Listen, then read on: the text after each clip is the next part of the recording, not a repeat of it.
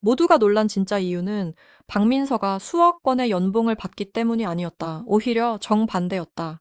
야구여왕2에서 시속 100개 10km의 공을 던지고 6할 타자 손가를 삼진으로 돌렸으며 추신수 감독과 윤성민 코치에게 만장일치 1순위 평가를 받은 선수. 게다가 미국 여자 프로야구 리그 뉴욕팀의 지명까지 받은 박민서의 개인 연봉은 아직 공식적으로 공개되지 않았다. 그러나 리그가 제시한 전체 급여 구조를 들여다보면 사람들이 왜 경악했는지 알 수 있다. 미국 여자 프로야구 리그 WPBL의 첫 시즌 팀당 선수 급여 한도는 9만 5천 달러로 알려졌다. 초기 보도에서 정규 등록 선수 15명을 기준으로 단순 계산한 평균 금액은 한 선수당 603달러였다. 당시 환산액으로 약 900만 원 안팎이다. 하지만 이것은 박민서가 실제로 받는 확정 연봉이 아니다. WPBL은 선수의 드래프트 지명 순서에 따라 경기당 보수를 다르게 책정한다고 설명했다. 숙소가 제공되고 경기일 식사와 리그 후원 수익의 일부도 선수에게 돌아갈 수 있다. 따라서 633달러는 어디까지나 팀 전체 한도를 선수 수로 나눈 평균값일 뿐이다. 그럼에도 충격은 작지 않다. 2026년 KBO 리그에서 신인과 외국인 선수를 제외한 529명의 평균 연봉은 1억 736만 원으로 집계됐다. 같은 해 최고 연봉 선수의 금액은 42억 원이었다. 물론 KBO는 수십 년간 성장한 남자 프로리그이고 WPBL은 이제 첫 발을 내딛는 단기 시즌의 신생 리그다. 경기 수와 시장 규모, 방송 권료와 관중 수입이 모두 다르기 때문에 두 리그의 숫자를 그대로 비교하는 것은 공정하지 않다. 그러나 시속 110km를 던지고 내야와 외야를 모두 소화하는 박민서의 능력을 생각하면 팬들이 느낀 간극은 클 수밖에 없다. 박민서의 진짜 가치는 2026년 7월 9일 방송된 채널의 야구 여왕2 첫 회에서 선명하게 드러났다. 시즌2 트라이아웃에는 여러 종목에서 정상급 경력을 쌓은 지원자들이 등장했다. 여자축구 국가대표 출신 전가을, KLPGA 통산 5승의 김시원, 플래그 풋볼 선수 서가은도 같은 조에서 경쟁했다. 그러나 테스트가 시작되자 시선은 박민서에게 집중됐다. 박민서는 몸을 푸는 캐치볼 단계부터 흔들림이 없었다. 공은 낮고 빠르게 뻗었고 송구 동작은 짧고 간결했다. 외야에서는 먼 거리를 정확히 연결했고 내야에서는 빠른 타구를 안정적으로 처리했다. 타격 테스트에서는 전직 프로 투수 윤성민 코치의 공을 받아쳐 담장으로 향하는 홈런성 타구를 만들었다. 투수 테스트에서는 야구여왕 시즌1에서 6할 타자로 불린 손가를 상대했다. 박민서는 시속 110km의 공을 스트라이크 존에 꽂았고 결국 헛스윙 삼진을 끌어냈다. 그 순간 추신수 감독과 코치진의 판단은 사실상 끝났다. 더 볼 것도 없다는 반응이 나왔고 박민서는 만장일치 1순위 합격자가 됐다. 만장일치 단순히 공이 빠른 선수가 아니었다. 타격, 수비, 송구, 투구를 모두 보여준 완성형 자원이었다. 시즌1의 주전 투수 장수영이 10개의 삼진을 잡아내며 에이스 역할을 했지만 박민서의 등장은 선발 경쟁 자체를 다시 시작하게 만들었다. 한 포지션의 후보가 아니라 팀 전술 전체를 바꿀 수 있는 선수였기 때문이다. 더 놀라운 사실은 박민서가 방송을 통해 갑자기 만들어진 선수가 아니라는 점이다. 박민서는 초등학교 6학년 때부터 남자 선수들과 함께 야구를 시작했다. 2016년에는 여자 초등학생으로는 처음으로 한국 리틀 야구에서 홈런을 기록해 천재 소녀라는 별명을 얻었다. 어린 선수가 남자 선수들과 같은 규격의 경기장에서 타구를 담장 밖으로 보냈다는 사실은 당시에도 큰 화제가 됐다. 하지만 재능만으로는 길을 계속 갈 수 없었다. 고등학교 진학 이후 여자 선수가 안정적으로 뛸 수 있는 팀은 거의 없었다. 박민서는 일본 실업리그 진출까지 꿈꿨지만 코로나 시기 리그 운영이 멈추면서 계획이 흔들렸다. 결국 고등학교 3학년이 되던 2022년부터 골프를 전문적으로 배우기 시작했다. 야구를 포기해서가 아니라 야구만으로는 미래를 설계하기 어려웠기 때문이다. 그렇게 박민서는 약 3년 동안 야구 훈련에서 멀어졌다. 골프채를 잡고 새로운 진로를 준비하던 중 2024년 12월 미국에서 여자 프로야구 리그가 출범한다는 소식이 전해졌다. 수백 명의 선수가 참가한 미국 현지 공개 테스트에 직접 가지 못했던 박민서는 중학생 시절 경기 영상을 제출해 드래프트에 도전했다. 최근 영상도 아니었다. 약 3년 전까지의 실력을 보여주는 자료로 자신의 가능성을 증명해야 했다. 그리고 2025년 12월 21일 믿기 어려운 결과가 나왔다.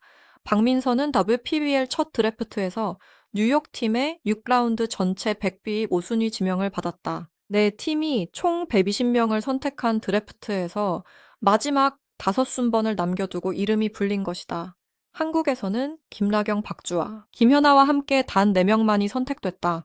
박민서는 드래프트 당시 21세였고 공식 선수 명단에는 서울 출신 뉴욕 하이츠 선수로 등록됐다. 지명 순위만 보면 그 6번째라고 가볍게 생각할 수 있다. 그러나 박민서는 현지 공개 테스트에 참가하지 않았고 오랜 기간 야구를 떠나 있었으며 중학생 시절 영상만으로 평가받았다.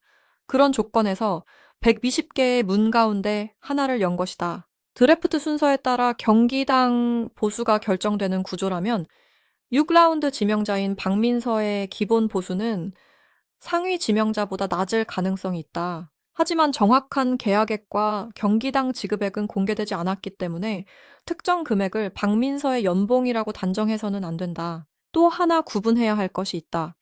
야구여왕2 출연료와 WPBL 선수 보수는 서로 다른 돈이다. 채널 A 프로그램 출연료는 방송사가 지급하는 예능 출연 대가이고 WPBL 보수는 프로 경기 참가에 대한 계약 금액이다. 여기에 골프 활동 개인 후원 광고 행사 출연이 더해질 수 있다. 박민서는 야구 선수이면서 골프 선수로도 활동해 왔기 때문에 일반적인 신인 선수보다 활용할 수 있는 이야기가 많다. 야구와 골프를 오가는 이도류 이미지, 미국 프로리그 진출 방송에서 보여준 강한 캐릭터는 광고 시장에서도 분명한 장점이 된다. 그러나 현재 확인할 수 있는 자료만으로 박민서가 한 달에 얼마를 벌고 1년에 얼마를 받는다고 계산하는 것은 불가능하다. 프로그램 출연료도 공개되지 않았고 개인 광고 계약도 구체적인 금액이 알려지지 않았다. WPBL 역시 개인별 계약액을 모두 공개한 것이 아니다. 따라서 온라인에서 떠도는 수천만 원, 수억 원이라는 숫자는 공식 자료가 없는 한 사실로 받아들여서는 안 된다. 2026년 8월 1일 시작되는 WPBL 첫 시즌은 뉴욕, 보스턴, 로스앤젤레스, 샌프란시스코를 대표하는 4팀으로 운영된다. 첫 해 경기는 미국 일리노이주 스프링필드의 로빈 로버츠 스타디움에서 집중적으로 열린다. 박민서가 속한 뉴욕 하이츠에는 세계 여러 나라에서 선발된 선수들이 모였다. 박민서는 그 안에서 출전 기회를 얻고 자신의 타격과 수비를 증명해야 한다. 지명은 프로가 될 자격을 얻은 것이지 모든 것이 보장됐다는 뜻은 아니다. 그래서 박민서의 연봉 이야기가 더 특별하다. 지금 공개된 숫자만 보면은 이제 화려한 스타의 거액 계약과는 거리가 멀다. 그러나 그 작은 숫자 안에는 여자 야구가 처음으로 직업이 되는 과정이 담겨 있다. 과거 박민서는 실력이 부족해서 야구를 떠난 것이 아니었다. 뛸 팀이 없었고 진학과 취업으로 이어지는 통로가 없었다. 이제는 비록 짧은 시즌이고 높은 보수가 아니더라도 경기장에서 야구를 하고 돈을 받는 프로 선수의 길이 열렸다. 야구 여왕2는 박민서의 시장 가치를 빠르게 바꾸고 있다. 방송 전에는 일부 여자 야구 팬들만 기억하던 천재 소녀였지만 방송 후에는 시속 100개 10km를 던지는 새로운 에이스 후보로 대중에게 알려졌다. 추신수 감독의 선택, 윤성민 코치의 극찬, 손가락을 상대로 한 삼진은 단순한 장면이 아니라 박민서가 왜 프로 지명을 받았는지를 보여주는 증거가 됐다. 인지도가 높아지면 그 후원 계약과 광고 제한도 달라질 수 있다. 첫 시즌에서 좋은 성적까지 거둔다면 다음 계약의 조건 역시 지금과 같을 이유가 없다. 여기서 연봉이라는 표현 자체도 주의해서 봐야 한다. 한국 프로야구의 연봉은 보통 한 시즌 전체에 대한 계약 금액을 의미한다. 반면 WPBL 첫 시즌은 수개월 동안 이어지는 장기 일정이 아니라 여름 동안 집중적으로 치르는 짧은 대회다. 선수는 지명 순서에 따라 경기당 보수를 받고 숙소와 일부 생활 지원을 함께 받는다. 따라서 평균 6세 333달러를 12달 동안 매달 받는 월급처럼 이해하면 완전히 다른 결론이 나온다. 실제로는 짧은 시즌 동안 지급되는 선수 보수에 가깝다. 박민서의 개인 금액이 평균보다 높은지 낮은지도 계약서가 공개되기 전에는 알 수 없다. 그렇다면 박민서가 프로 선수가 된 뒤 곧바로 큰돈을 벌게 됐다는 말도 사실과 거리가 있다. 미국 체류를 위해서는 훈련 장비와 이동 준비가 필요하고 한국에서 이어오던 골프 일정과 방송 촬영도 조정해야 한다. 숙소가 제공되더라도 개인 훈련과 몸 관리에 들어가는 비용까지 모두 사라지는 것은 아니다. 특히 투수와 야수를 함께 준비하려면 어깨와 팔꿈치 관리 타격 훈련, 체력 회복을 동시에 진행해야 한다. 박민서에게 첫 계약은 부를 보장하는 종착점이 아니라 자신의 능력을 돈으로 평가받기 시작한 출발선에 가깝다. 이 점에서 야구 여왕2의 역할은 단순한 예능 이상이다. 방송은 박민서가 공을 던지는 장면을 반복해서 보여주고 추신수와 윤성민이라는 검증된 야구인의 평가를 함께 전달했다. 시청자는 숫자만 듣는 것이 아니라 실제 투구 동작과 타구의 속도를 눈으로 확인할 수 있었다. 방송 영상이 공개된 뒤 박민서의 캐치볼과 투구 장면은 온라인에서 빠르게 확산됐다. 프로리그에서 아직 한 경기도 치르기 전이지만 대중에게 이름을 알리는 속도만큼은 이미 많은 신인 선수를 앞섰다. 박민서의 다음 계약을 바꿀 요소는 세 가지다. 아무리 화제성이 높아도 벤치에 머문다면 선수 가치가 크게 오르기 어렵다. 둘째는 투수와 타자 가운데 어느 역할에서 확실한 기록을 남기느냐다. 셋째는 미국 리그와 한국 방송을 연결하는 상징성을 얼마나 오래 유지하느냐다. 세 조건을 모두 충족한다면 기본 선수 보수보다 후원과 광고에서 더 큰 수익이 생길 가능성이 있다. 반대로 성적이 뒷받침되지 않으면 현재의 관심은 빠르게 줄어들 수 있다. 결국 모두가 경악한 박민서의 연봉은 거액이어서 놀라운 것이 아니었다. 만장일치 1순위로 뽑힐 정도의 실력과 미국 프로리그 지명이라는 상징성에 비해 신생 여자야구가 선수에게 제공할 수 있는 기본 보수의 규모가 아직 작다는 사실이 충격적이었던 것이다.